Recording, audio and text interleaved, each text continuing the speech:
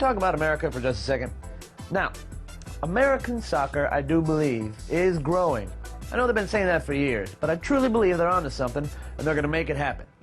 Having said that, when I was offered a job outside of America for the World Cup, I was happy to take it because, and here's our fisheye secret, America is not a great place to watch the World Cup.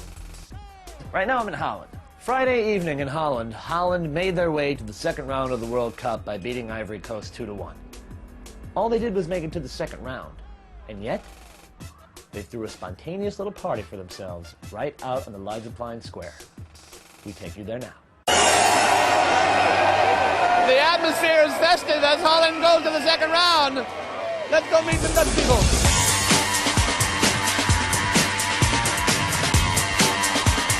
It's good, yeah.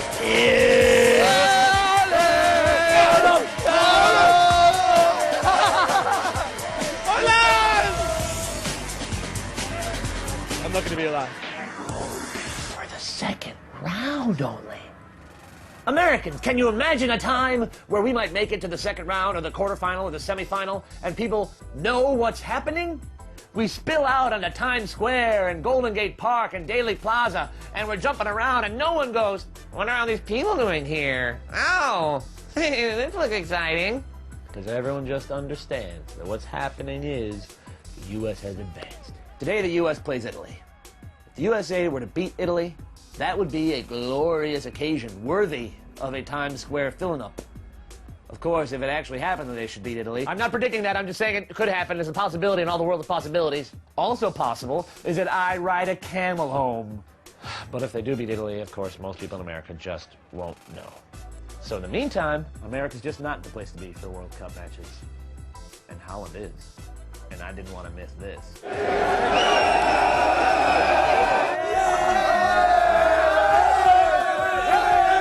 Tomorrow morning I get on the train for USA-Italy, so there'll be no call on Sunday as per usual. Hope Holland, hope! And go USA! Please. The ding and do.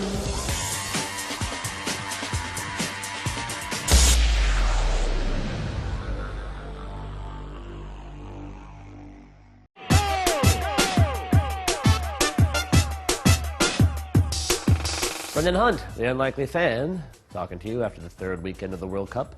It's heating up. Brazil and Portugal have now advanced. Ghana refused to be eliminated. France, still in trouble, despite scoring a goal in the World Cup for the first time in 8 years. And South Korea just won't quit. They just won't quit. South Korea, fighting! But we're going to talk about the USA and Italy's 1-1 draw the other night. An incredibly dramatic, bloody match. As Keith Jackson would say, but we're not going to talk about the match itself. We're going to talk about the experience of going to it. I've never been to a World Cup match before, and that was my first ever. It was in the town of Kaiserslautern, where, conveniently, the train station is pretty much right next to the stadium, which is up on a hill in a forest, like a princess's fairy castle. Nice. Tons of food everywhere, tons of drink, like a mile-long sort of bazaar of shops and what have you, and a Trinidadian carnival parade walking by, which was both awesome and frightening. Of course, one of the main things then becomes your group of supporters, we were Americans, coming up on another group of supporters, the Italians in this case. In the old days, you'd have a good old-fashioned pulling out of the machetes and trying to cut off dudes' fingers. Oh, because you didn't need them in football. Now, it's a sing-off. Me and my friends went first because, I don't know if the rest of the world knows this, but we've got a little chant we like to do, we Americans. It goes something like this. USA! USA! The Italians responded in kind. Forza Italia! And we said, oh yeah? Well, what if we sing that song again, but louder? USA! USA! And then they came back with like a whole other song with totally different words and melody. Hey mambo, mambo italiano, hey mambo! We didn't really have that many songs. We pretty much just had the one. USA! USA! We don't know any other songs. So then the job became to try to come up with new songs on the fly that we all could sing as American supporters. Had to be songs that we've heard a lot, we all know the words to and remember them easily, and support some kind of American-sounding philosophy. And then it hit me. Television theme songs. This is the future of American soccer chanting. Our feet don't fry in the kitchen. Our feet don't burn on the grill. This didn't seem to impress them, particularly since I was the only one actually singing these songs. I took a whole lot of trying just to get up that hill. Everybody! You can do it, man.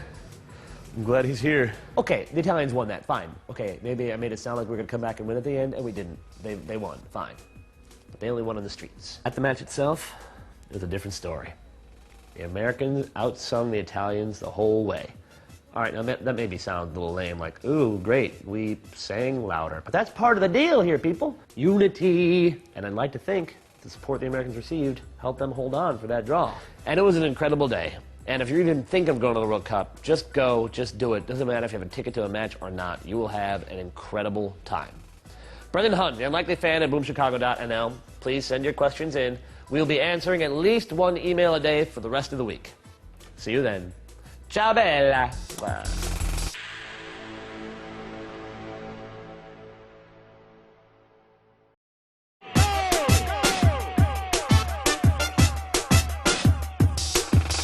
Hello, Brendan Hunt, the unlikely fan here, and as promised, today we'll read a question from a mailbag. Karen Gracci from Buffalo, New York writes, I've been a sports fan for years, but this is the first World Cup I've paid any attention to, and I love it. I'm confused about one thing, though. I know that you get 3 points in the standings for a win and 1 for a draw, but what happens when there's a tie? Karen, great question, and we will answer it through the guise of a preview of Tuesday's matches. First of all, we have Group A, where the key match is Germany versus Ecuador. They're both tied atop the standings with 6 points each. If they draw, then what happens? Well, Karen, the tiebreaker in such a situation is goal differential. Germany has scored 5 goals and allowed 2. That means their goal differential is +3.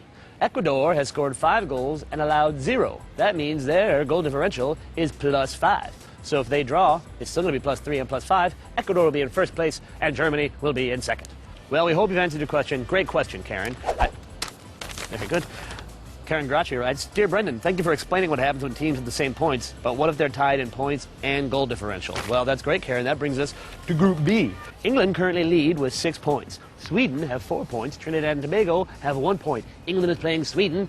Trinidad and Tobago is playing Paraguay. If Trinidad and Tobago wins that match and Sweden should lose, then they'll both have 4 points. And if Trinidad and Tobago should win 2-0 and Sweden should lose 1-0, then they will have the same goal difference. So what's the next tiebreaker? Total goals scored. And if they win by the scores I just told you, Trinidad and Tobago will have 2 total goals, and Sweden will only have 1 total goal from their 1-0 win over Paraguay. So Sweden will be out. Well, that's our look at Group B. Oh. Karen Gracci, who's very curious, writes, But Brendan, if Trinidad wins 1-0 and Sweden loses 2-0, and they'll have the same goal difference and goals scored, then what? Well, Karen, you bring up a great point. What would happen then is that Sweden and Trinidad would have the same points, goal difference, and goals scored, which means to find out who advances to the round of 16 in the World Cup, they draw lots.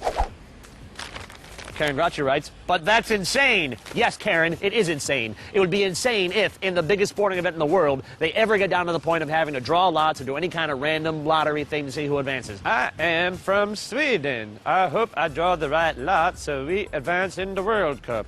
Oh, no! But that's what they would have to do. Just draw at random to see who advances. I know, Karen, it doesn't seem right. It doesn't seem fair. But it just might happen. Let's watch the results. And kind of hope that it does, because it would be kind of cool. Brendan Hunt, the unlikely fan at boomchicago.nl. Cheers.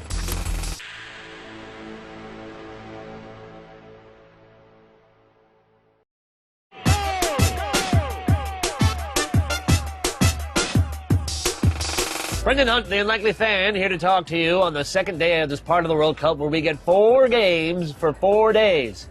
Oh, delicious. Here we are on day 2. Talking about Group C and Group D. Group C, Argentina, Holland, and Ivory Coast, Serbia, Montenegro. We're not a country before, they're not a country now.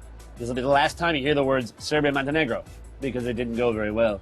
Then you had Argentina and Holland, but before we get to that, we're going to read from the mailbag. Dave O'Muro of Chicago, Illinois writes, Hey, I'm a dumb American about football. Well done, Dave. Except this is the first step on the road to recovery. What's with yellow cards? You get 2 in the tournament and then miss the next game or something? Why is that? Great question, Dave. Yes, in the World Cup, if you get 2 yellow cards in the group stage of the tournament, you miss the next game. However, If you only have one or less when you make it out of the group stage, then all previous yellow cards disappear forever. Why did they do that? Because the game used to be more physical and violent, and it was legal to tackle from behind and go at a guy's ankles as hard as you want for as many times as you want during the course of the game. And if you were the best player on a particular team, you would have the dirtiest player on the team do that to you. But then eventually you might have just the whole rest of the team do it to you if they were losing. And this would happen to you 10 times a game, every single game. And one of the main guys that ever happened to was Marco van Basten. A Dutch footballing legend. One of the greatest strikers of all time. Taken away from us, too young. The Dutch version of the Chicago Bear, Gail Sayers. And now, he's the coach of Holland. And as a side note, all of his players who currently are on yellow cards, he's not playing them tomorrow so that they can make it all the way to the second round, where previous yellow cards are wiped clean. See? It all came back around to yellow cards. You thought we were on a tangent, but we weren't. So good question, Dave. Then we have Group D. Portugal, Mexico, Angola, Iran. Angola has a chance. If they beat Iran right now, everybody beats Iran. And Portugal beats Mexico, and the goals work out right, Mexico will be out. This will be a huge shock. Mexico's a very tough-to-beat team. I mean, I don't even know if I can even remember the last time they lost in the World Cup. 2002, second round. United States 2, Mexico 0. Oh yeah, I guess I do remember. But it probably won't happen. Mexico's very good. Los tres colores, they say. That's 3 colors. Very original nickname. Every flag has 3 colors. Anyway. Good luck to you, Mexico. In fact, I predict that you'll advance. And my predictions always come true. All right, everybody. If you have any more emails, theunlikelyfan@boomchicago.nl. Come back tomorrow. We'll look at Group E and Group F. The U.S. is in that. I do kind of want Angola to win, though.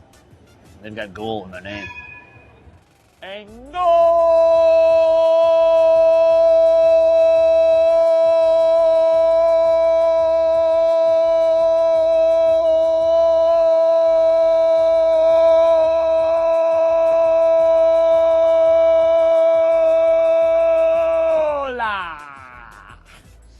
Snap!